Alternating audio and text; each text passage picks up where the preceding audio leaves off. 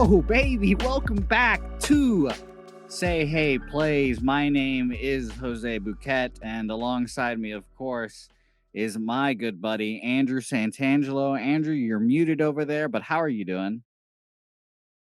Yep, yeah, we love it. I'm doing very well, Jose. Very well. What about you? I'm not doing too bad myself. Trying to get through these lovely previews with you. The over/under shows a great time for everyone listening. Thank you guys if you guys watched the I believe that was the AL Central we started off Correct. with. That is correct. AL Central we started off with a good time as always. Now we're on to the NL Central. We're going to try to get in and out as fast as possible. Hopefully 30-45 minutes ish. And by the end of each little segment, we'll give you our over/unders, our picks, World Series odds, division odds, all that good stuff. So, Andrew, let's jump right into it. Absolutely. Let's go. I'm excited. Very good division here. Very good division. The NL Central is a division that's kind of weird. Everyone loves it. We're not going to talk about the Chicago Cubs today. They are the defending champions of this division. If you want to hear Chicago Cubs talk, go listen to the interview I did with Kyle O'Connor of Fully Grown Men podcast and president of Alpha Dog Agency. Big Cubs fan, knows about the Cubs, worked in the Cubs organization. So go check out that. But we're going to start off with number 2, finished second. The St. Louis Cardinals, the Redbirds, Andrew. Last year they finished 30 and 28. It's kind of okay. It's pretty mediocre. But as I say this, Andrew, I would say that this is the firm favorite of this division. I would say that pretty comfortably too. Absolutely. I think they have to be the favorite, especially with the big off-season move of Nolan Arenado. I think that makes them the clear-cut favorite, pairing him with Paul Goldschmidt. And I know one of your favorite pitchers, as we talked about last year's season preview, and Jack Flaherty. So I think those three guys at the top of this roster really stand out. Yeah, Jack Flaherty is my guy. I love him very much. Injuries and whatnot, COVID kind of hampered his 2020 season. And I think we're all, just as a baseball community, writing off all bad 2020s, by the way. So absolutely. Yeah. So I'm glad we've established that. Some notable additions and subtractions for this Redbird squad. They picked up a guy named Nolan Arenado. Ever heard of him? And a pretty blockbuster trade. He's my favorite. If you listen to this podcast before, he's my favorite third baseman, probably. Nolan Arenado comes up. That's really all the acquisitions they really had this offseason that were notable. I mean, that's all we really need to do. They lost Colton Wong, a good defensive second baseman they've had for a while. They lose Dexter Fowler and his big contract, and they lose utility man Brad Miller. Pretty short additions, subtractions there. So let's just roll on into best case, worst case for this Cardinals team. Andrew, I'll let you start. What's your best case, worst case for this squad? Let's start with worst case. And worst case is, I think some of the young guys that they're going to have to rely on in this lineup don't prove to be themselves that they're expected to be. And you're going to find themselves with some holes that you didn't expect coming into the year. And they're either going to have to ride through it and try to find a way to survive or patch them up at the trade deadline. And we'll get into that here in a little bit with our players to watch. But I think best case scenario here would be that this team wins the World Series. I think this team at top notch is going to be a true contender to the Dodgers and Padres in the NL. And I think the NL stems with the best teams in the league this upcoming year. So I think if they survive the NL, they can beat anybody in the AL. That's pretty surprising, to be honest. I didn't think you would go that far. I would go best case. They win this division.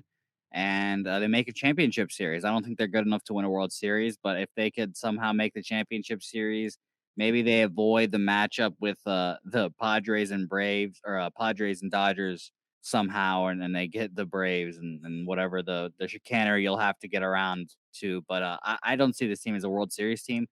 But winning the division would be a successful season for them, I think. I agree, but here's the thing for me, at least going into the playoffs. And I know it's a long way away, but you expect the Dodgers or Padres to get the 1 seed. Well, one of them is going to knock each other out with the other one being the wild card game and then having to face each other the first real round of the playoffs. So the Cardinals will survive by playing whoever from the NL East and then face the Dodgers or Padres in the championship series. So really, good. What was it? Well, no, the Braves are going to be good, but I'd rather face the Braves than the Dodgers or Padres. You're right. Is what I'm saying. You're right about that. Let's move on to a player to watch for on this Cardinals squad. Who's your guy, Andrew? My guy is Dylan Carlson, and that kind of goes into what I was saying about the young players coming up for this team. He was a top 20 prospect in the MLB last year, and then he's the Cardinals' #1 prospect. So I think they expect a big year from him, or at least a good transition year. He kind of struggled when he got the call last year. As you already mentioned, we're throwing those away because of the COVID year, and it was kind of a weird year for everybody. But when he got the call up, he played in 35 games, only hit 200, had 3 home runs and 16 RBIs. Struck out 35 times in 35 games. So you do the math, that's at least 1 per game. So I think that's a spot they're going to have to rely on him. They're going to have a lot more contact from him in this lineup. And I think if he proves to be the prospect he's supposed to be, it could go a long way for the St. Louis team here in the future. And because I know Dexter Fowler wasn't what he used to be, but as you mentioned, they lose him. So they lose a veteran in that lineup. So he's going to have to be that guy to replace him. Yeah, you're right about that. I'm going to go a different direction in this. I'm going to go to the arms.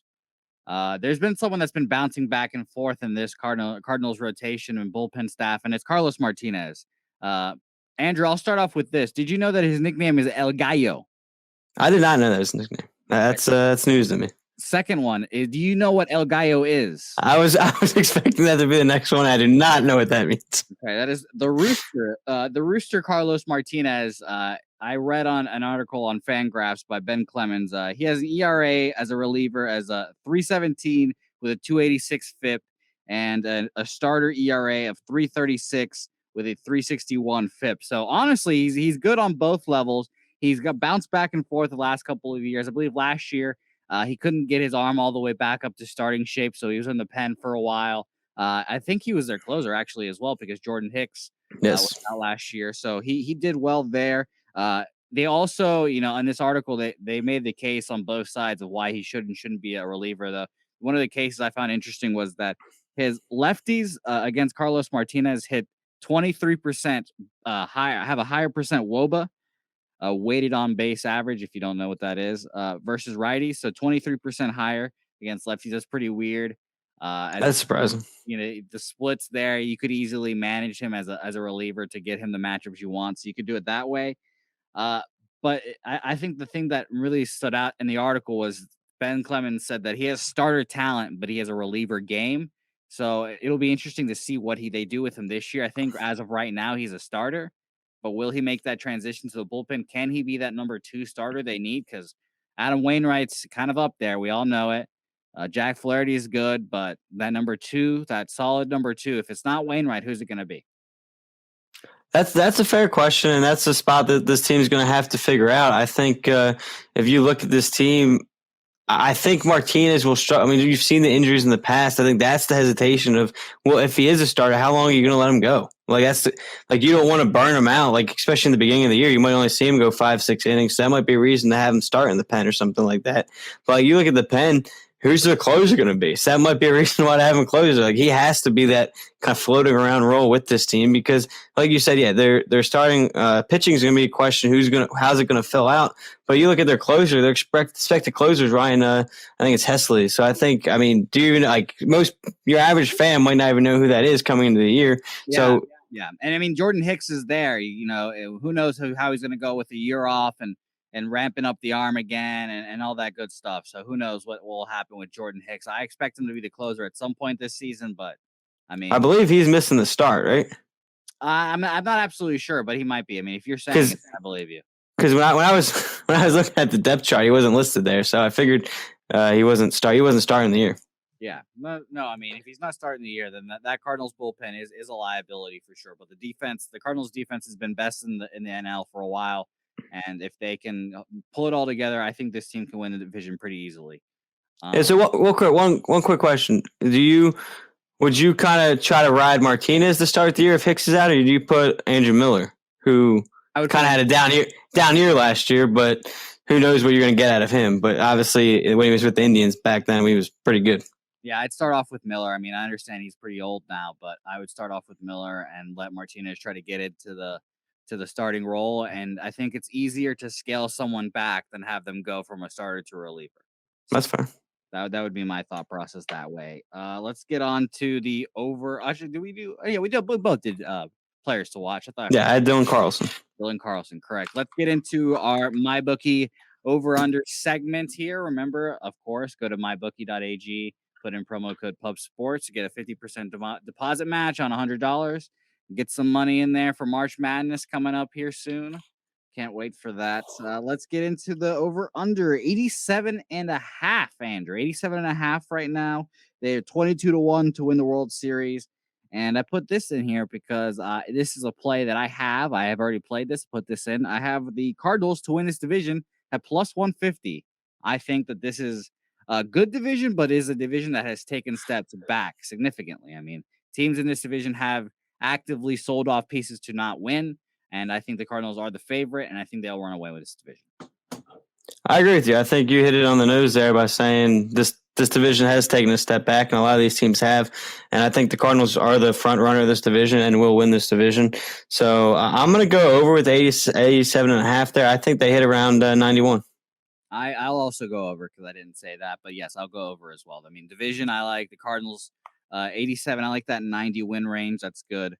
So and 22-1, I wouldn't take the World Series bet, but the division for sure. The division at plus 150, I've got it out there. So that's one of my bucket plays. So let's get on to the next. Go ahead. I was going to say, what about you don't take World Series, but would you take like a National League? No. What about stay on the picks? What about like a Nolan Arenado plus 1,500 for MVP? MVP, yeah. Take a chance with that with Goldschmidt there in the lineup. Do you see him having, or are you worried because of Coors Field? You one of those people? No. I mean, if you look at Nolan Arenado's splits, you can see that it's clearly not a thing. That's a fake thing with Nolan Arenado, and he's just that good. But I would not take either one of those. I just don't think the Fernando Tatis hype train. It's here. It's coming. He didn't win the MVP last year because he kind of tailed off at the end, but now it's coming. It's in full force. Okay, that's fair. All right, let's go on to the next team on our list, the Cincinnati Reds, Andrew, a team that vexed us last year. We were absolutely all in on these Cincinnati Reds, and they really bit us in the ass. A second place finish in this division, I believe that was pretty good. Well, it's third place. I forgot about the Cubs. So, yeah, third place in this division. Gets in the playoffs, losing the wild card game. No, it was actually a round, not even game. I have all these rule changes, Andrew. I keep forgetting. But they add D. Strange Gordon, Sean Doolittle, Josh Osich, Tyler Nyquin, Chesler Cutbirth. He's that little fan of that, Andrew. Someone Noe Ramirez, and recently they just picked up a former first round pick and Vanderbilt star Carson Fulmer too, if you remember who that is. Mm-hmm. Minuses, subtractions, some big ones. Trevor Bauer, NL Cy Young. Ever heard of him? Anthony Descalfani goes to the Giants. Freddie Galvis heads over to who? He's on the Orioles now. He's on the Orioles. Freddie Galvis, yes. To him. Archie Bradley, Philly now, who might come up later in this previews. Who knows? Brian Goodwin and Rafael Iglesias goes to the City of Angels. Andrew, are we buying the Reds again, or are we staying away? Have we learned our lesson? I think we've learned our lesson because I think a lot of these losses are more than they added this offseason. I think, they did add some big names. You lose Archie Bradley, but you pick up Sean Doolittle. But like outside of that, they got a lot of question marks coming in. I think Iglesias leaves a huge hole in that bullpen. I know we kind of had a more of a down year last year, but I think this upcoming year, the bullpen's still gonna be an issue for him. I think they didn't really do enough to fix that.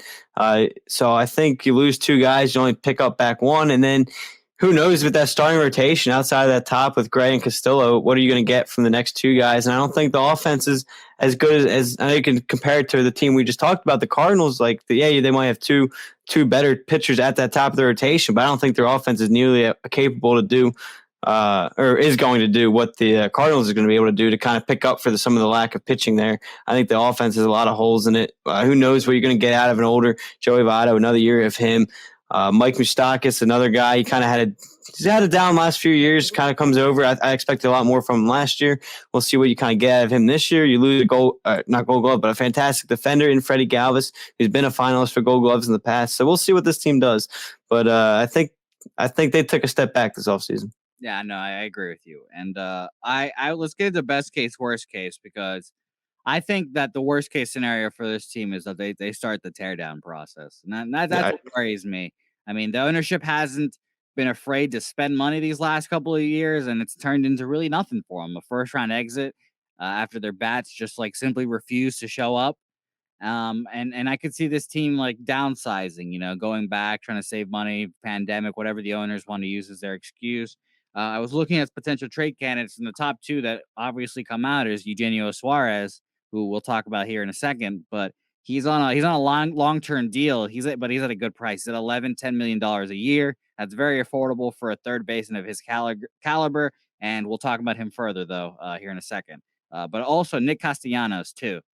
They signed him, I believe it was last year. Uh, Yes. but he didn't do that great last year. I believe right now he's the 10th best right fielder according to MLB.com. And he's a free agent in 2023 with 16 million a year. Another pretty reasonable contract, middle tier ish, tradable. I think maybe if a contender needs another bat, Nick Castellanos could be that guy. But it just all depends if the Reds are willing to part with these guys. Oh, yeah, you stole my words. I think worst case is they turn into a fire sale this season, and I think they have a lot of names on here that they could have 5 or 6 different trade partners with some of these guys on this names. If that's really the direction they're going. You look at the top of the rotation. I mean, Gray's been around the league for a while. If he's having another great year as we saw the last couple of years, you could see him on the move. Sean Doolittle, another veteran pitcher, kind of on the older side. If they're not competing, he's probably going to want a spot to maybe go contend and be a back end bullpen piece. And then you already got into the offensive guys, so I won't repeat those. But I think a lot of those 3 guys, and Moustakas, Suarez, and Castellanos, that those will be guys on the move if they can't compete. And who knows who else is going to kind of come up in this year that you'll see this team maybe go ahead and move on from, because we've seen guys in the past also play well. And I don't think they'll ever get rid of him just because of what he means to the city and how long he's been there. But I mean, who's to say Joey Votto? I mean, if he's having a decent year, is he going to want out, go DH for an AL contender maybe and try to help get them to the playoffs? So I think that is worst case scenario. Best case I'll go is second place finish, wild card, and maybe steal a wild card game, but most likely against the Padres, that's not going to happen. Yeah, I have the same thing. Best case, second place probably. Player to watch. I just mentioned his name, Eugenio Suarez, Venezuelan hammer. 2019 barrel percentage of 20, or barrel rates, I guess I should say, it's 93%. In 2019. 2020, that percentage dropped down to a measly 91%, Andrew. Both very good still. Whiff rates in both the years. In 2019, he 19%. In 2018, 18%. He hits home runs. He doesn't strike out that often. When he hits the ball, which is often, he hits it hard. He hit 40 home runs a couple of years ago. I mean, he's great. I think he's one of my favorite players to watch. That's not on the Red Sox. That's low key because he's from Venezuela, but whatever. I think he'll be a top 5 third baseman this year, Andrew. There's my little like hot take for you. He'll be a top third baseman this year, and he's a tradable salary. And if the Reds go in the tank, then I think contenders should try to scoop this guy up. Yeah, I remember a few years ago when he had his breakout year, everyone thought, okay, is this guy going to be the next big third baseman? Will he compete for Arenado as one of the top and Machado and all them? And he kind of had a down year or whatever. So we'll see what he kind of does. But I like that pick. And yeah, it is kind of unlucky too, because like I said, you heard those barrel rate stats, and in 2020 he hits 202 with a 781 OPS, and in 2019 it's 271 with a 930 OPS. Like sometimes it's just on bad luck, and sometimes you hit those hard balls right at guys. I think Eugenio is much better than he showed last year, and pandemics affect everyone differently. I mean, who knows? Maybe the video thing was his thing, and now that he couldn't watch pitcher video, he struggled a little more. Yeah, and you always hear it. Hitting's contagious. So when he was on a struggling team, that kind of gets into the locker room, and you've seen it on other teams as well. And yeah, it might sound like an excuse, but it's been proven to be a thing in baseball before. Because once you start heating up, you see other guys heat up as well, and even like in relief situations. My guy is going to be a longtime veteran. He's been in the league since 2011. Mike Moustakas. I think if this team wants to go anywhere, this season's going to lie on his hands. I think. He has to step up big here. He's kind of that versatile player that you might see play a couple different positions. He could play first if Votto misses the start of the year, which is a possibility. He can play second. He can play third. He's going to have to be a force in that offense. He only hit 230 last year. He's got to get back up to his Kansas City kind of days. And if not that first year with the Brewers, I think his power has to come back. He kind of lacked that last year as well with a high strikeout rate. So I think he needs to put the ball in play a lot more as well. And I think if he's not going right, this team's going to struggle. But if he finds a way to get back to what he's able to do, I think it's going to go a long way for this team. All right, let's go into the my bookie over-unders. Right now, the lines are at 83.5 for this Red squad. We've got a 30-1 World Series price and a plus 330 division odds right now. Andrew, where are you leaning on this over-under? 83.5. I'm going to lean a little under here. I think they're right around a 500 club, so I'm going to take the 500 mark at 81 wins and stick with that. I just think, again, they lack some spots in the offense, and you don't know what you're going to get out of some of these guys. But, again, best case, I said, was second place. And honestly, with the downfall, that could still be second place for this team. Yeah, I like the under, and honestly, this would be one of my locks. I like the under here. I think, like we said, this team could be a seller. Name we haven't mentioned as a potential trade candidate is Luis Castillo, and this is what really worries me, Andrew. The Yankees have been hot on Luis Castillo for a while, and he is very good. He has that that Pedro changeup that everyone loves. He's from the DR, I'm fairly certain. He idolizes Pedro, and I would really not like to see him on the Yankees. So I would not appreciate that. No, I hear. The one thing that scares me about theirs and why I might stay away from it and disagree with you on the lock point is because if, say, these things we talked about do click and then they become buyers at the deadline and then they add a couple pieces and now they actually are fighting for the wild card, that could be dangerous in that sense, just because there are going to be a lot of names out there that they can still pick up. So say Castillo and Gray have a fantastic year and they're dominating, so they're getting wins almost every time they're out there, and then they pick up a third starter or a possible closer or whatever. That's why I kind of, as I say the under, I'd stay away from that one. I don't think it's as much of a lock as you are. Okay, so where did you go with this one, Andrew? I'm sorry. I went under. I said 81 wins. All right, sweet. So we're both on the under on that one too. Look, they're 2 for 2 so far, going right. Great minds think alike. Yeah. Let's go to the Milwaukee Brewers, Andrew.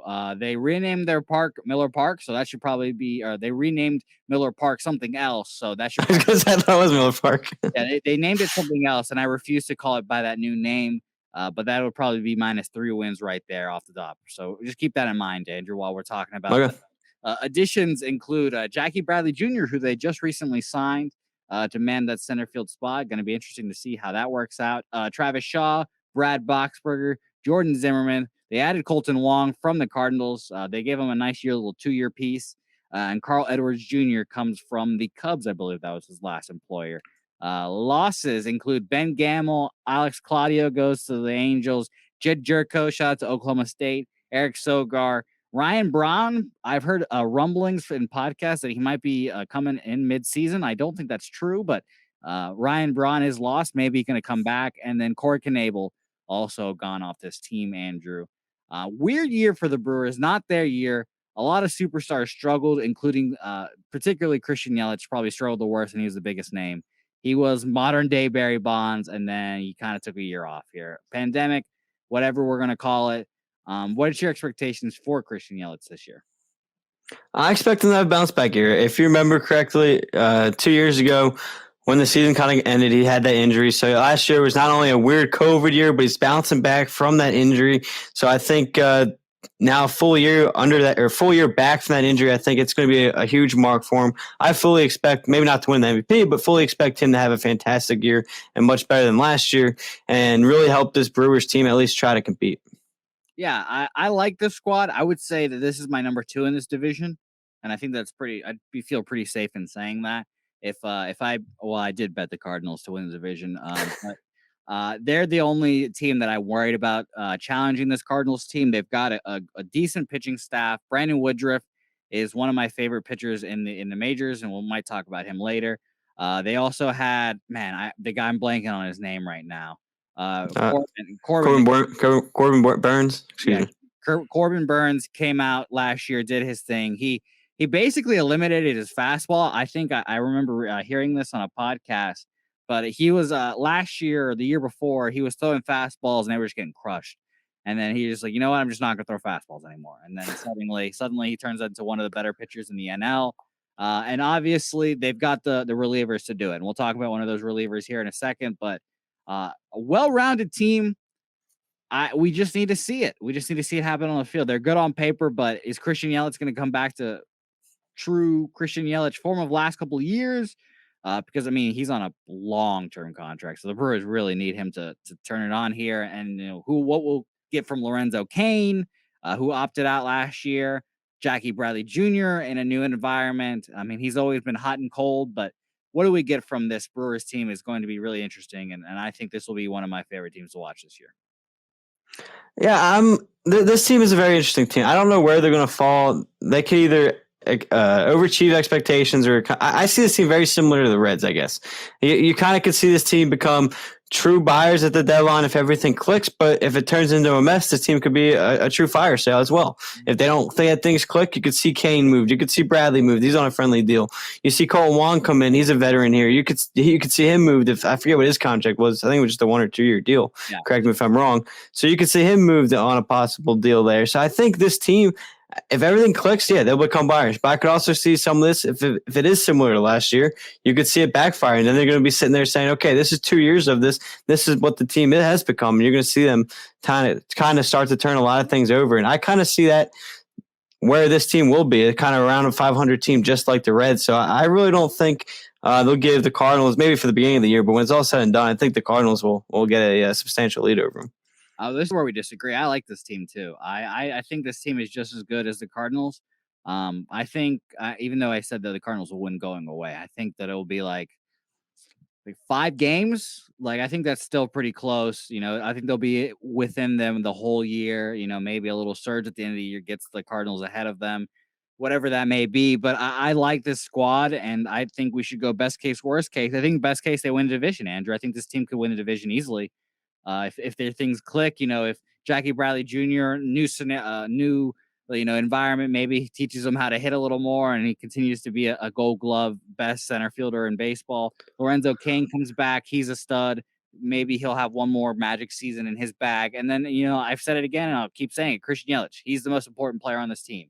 He was literally putting up Barry Bonds-esque numbers while he was playing.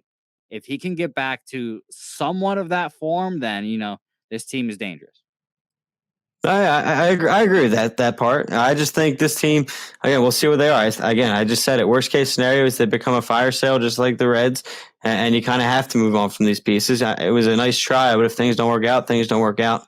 Best case scenario, again, I think second place in this division. I don't see them as talented as the Cardinals. So I'd say second place and possible wild card game, and see what happens in playoff baseball. All right, let's go to players to watch, and I'll get mine out of the way because it's kind of obvious. I think this is a pretty mainstream pick. I try to go a little off the beaten path by these picks, but I had to pick this guy just so I can give me an excuse to put videos of his changeup on this stream. I mean, it's Devin Williams. He literally had one of the most dominant seasons a relief pitcher has ever had. Going away Rookie of the Year. That kind of surprised both of us, but we said he rightfully deserved it. I just want to give you these stats real fast, Andrew. Changeup whiff percentage, that's at 61%. Let me guess, league average total whiff percentage for changeups is at 29%. 61%. That's ridiculous. Filthy. He's first in overall whiff percentage in the majors, 51.8% of pitches. You are swinging and missing at over half of his pitches. You just don't have a chance. You can't even put the ball in play. It's so obvious of a pick, but like, how do you bounce back from a season like that? And is how far can we go with this? How good is this going to get?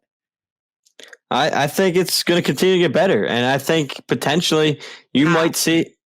I just don't understand how. Because he's probably a workhorse, and he'll go out there and get it. But I think you might see this guy be the closer by the end of the year, depending on what kind of season the Brewers have. I think he could potentially, if you see Hader go at the deadline, depending on what happens with this group. We saw all the trade rumors last season with Josh, and I'm sure they're going to come up early on in this year, depending on what kind of start they get and other teams have. I think you very well could see, and I think you will see Williams the closer of the Milwaukee Brewers by the end of the season. Okay, there you go. There's your hot take right there. That Mr. Devin Williams will be the closer of this Milwaukee Brewers squad. I'm looking for Hader, and I cannot find him. I'm looking for him for his salary to see when he becomes a free agent because I know it's kind of soon, but I simply cannot find him, Andrew. I think it might be after this year because I think I remember last year if a team was willing to trade for him, I think they would have had the end of last year and then one full year under control. So I think if I remember correctly, it'd be off this year, depending on. So He's got one. He's going to be a major trade candidate. You know, if they do end up, kind of being average, he's electric. You know, social media post history be damned. He is one of the better relief pitchers in baseball, if not probably second, right behind Devin Williams now. Yeah, so he's got 1 year, a little over $6.5 million this upcoming year, and then he hits arbitration again next season. So friendly deal there, only giving a guy like that $6 million a year. Yeah, and change. I just don't go to the Yankees, please. They got plenty of relievers over there. They got Chapman and Zach Britton. They're fine. Yeah, Zach Britton, who has his own spurt in his elbow, apparently. Oh, goodness. It's gonna be wild. So what better way to replace him with another lefty, right? Exactly. So who's your guy, Andrew? Who's your player to watch for this squad? So I'm going to stick with the pitcher here as well, but go to the starting rotation. I think this rotation's a little on the weaker side here out of the teams in the NL. So I think they need a big year from Brandon Woodruff. And I know we got into this last year when we did the NL Central preview. You're a lot higher on him than I am. So that's kind of why I picked him here with if this team wants to compete, they need a solid pitcher at the top of the rotation. And haven't really seen it from him in the past. I know he's had decent numbers, but true number one starter numbers, I don't think he has. So I think he has to take another step forward this year to really help this team get to that mark. I mean, last year he finished at 3-5. The year before they had a 3.62 ERA, went 11-3 with a very good offense. So I think that helped him. But that 3.6 to be the number one here for Milwaukee is a little high for me. So I think he needs to cut that down to just at the 3 mark, if not a little lower than that, and become a true number one pitcher this season. He's blowing gas right now too. He's been throwing 100 in spring training. Last year his average fastball velocity was 96. But I'm a big fan of Brandon Woodruff, and if you dabble in some fantasy baseball, he's the guy I'd be interested in this year. I mean, if the Brewers offense can keep pace somehow, do the things like I said, Christian Yelich, blah blah blah. I think Brandon Woodruff could be a good pickup. I also like the Woodruff and Burns law firm name they've got. So I'm going to call their rotation the law firm.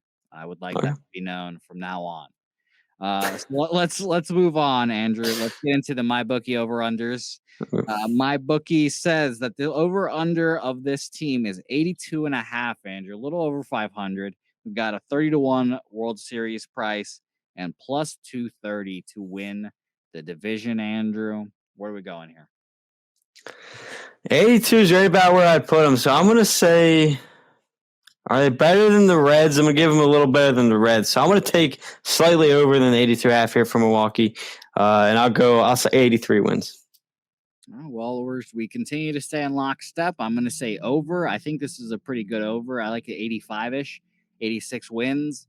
I'd like that over. So another agreement. We're been on lockstep. Keep going. Absolutely. What about Christian Yelich plus 1,200 for MVP?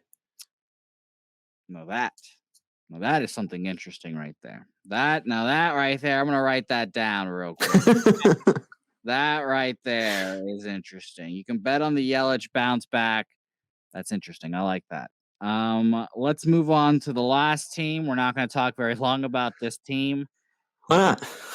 Because they suck, and it is the Pittsburg Pirates. The Pittsburgh Pirates, the worst owner in baseball. Let's move through this pretty quickly, Andrew.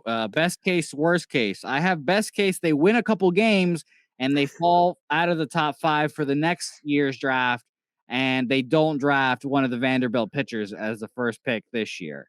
So that's my worst case for these Pirates. Best case, they lose every game and they get the first overall pick again. All right, so I don't disagree with you because that is key for this tanking process for the Pirates. Let me take a different road just for best cases. Best case, you get a lot of these young guys taking that step forward. Like we'll get into him a little bit, but you got guys who you've drafted here recently, and they're kind of up and coming now for this team. And you kind of get help from those young guys, proving that they're going to be here. And you maybe call someone up from the minors, get them some experience in here. So I think that's the key to this season for the Pirates, to start getting some of that talent that hopefully proves good for this Pirates team in the next 2 or 3 years, kind of get them some experience here. But like you said, worst case is since they don't really have a chance to even get out of the bottom spot from this division, hopefully they can at least keep one of those picks and get a top 5 pick and get one of those Vandy guys.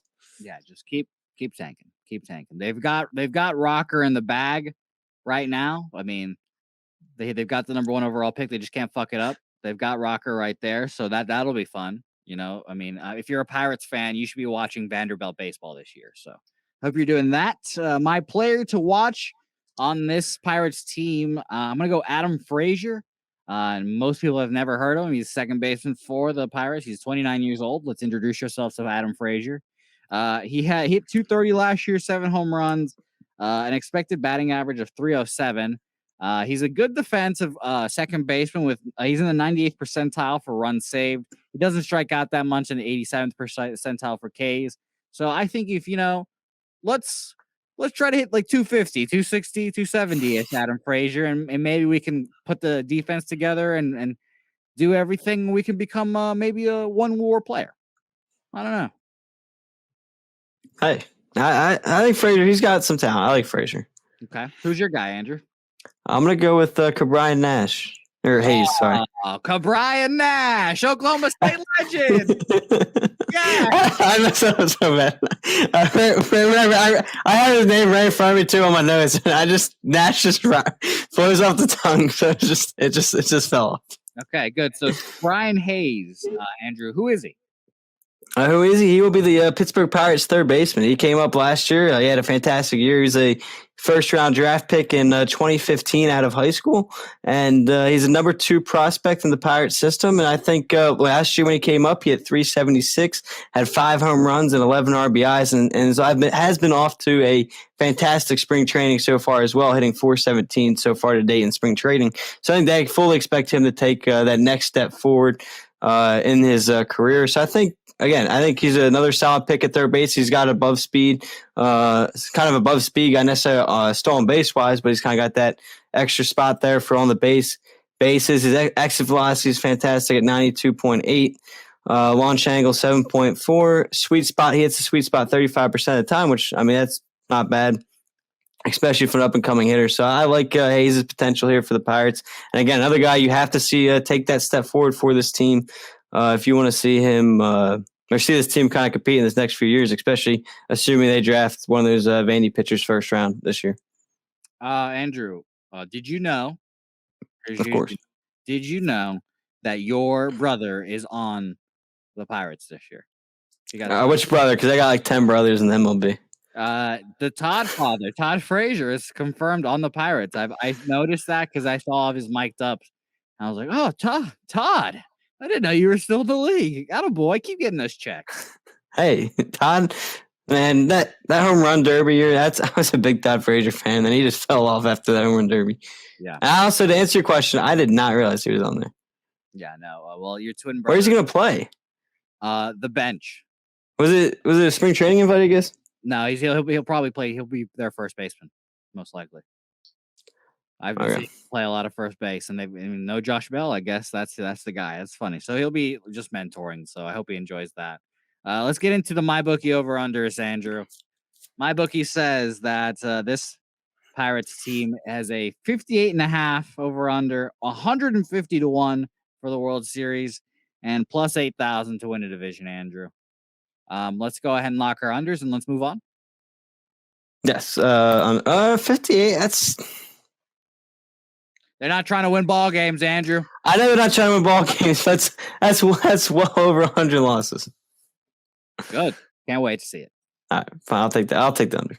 Thank you. I hope Brian Hayes hits 300 this year, so hope that happens. Andrew, this is a good episode here for our NL Central. I hope you guys enjoy the picks. Remember the players, but especially remember the picks because those picks are hitting. We've got let's go through it one more time, Andrew. We've got the Cardinals over 87.5, and we both like plus 150 to win the division. We have Correct. the Reds under 83.5. We have the Brewers over 82.5, and we have the Pirates under 58.5. And again, remember, if you want some Cubs talk, go look over to my interview with Kyle O'Connor. We actually do go over unders in that interview as well, right at the end. So go check that out if you want our my Cubs thoughts too. So can't wait. What's up? I was gonna say, well, just tell them what was the Cubs over under. I don't remember. Okay, I don't know if you had it. I don't have it all in front of me, but I did pick the under because I do think the Cubs are going to suck this year. So okay, so real quick, I'll run through. I'm gonna go Cardinals, Cubs, Brewers. No, sorry, Cardinals, Brewers, Cubs, Reds, Pirates. I will go Cardinals, Brewers.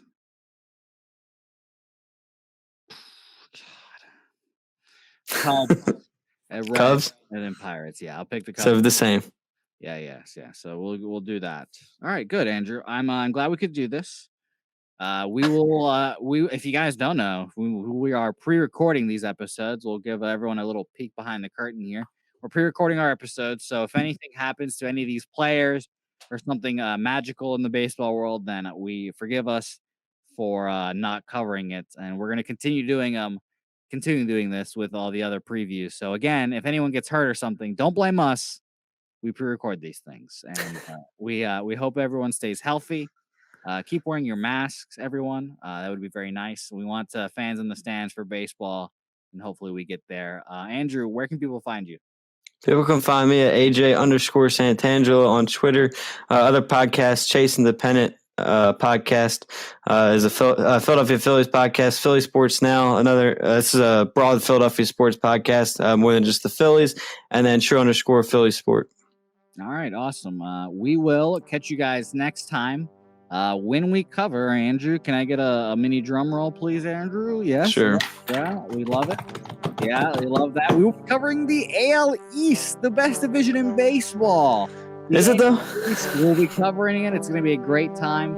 Catch us next time. And hopefully by then, I won't have lose my mind with the Red Sox. So thanks, everyone, for listening. And we'll catch you guys next time.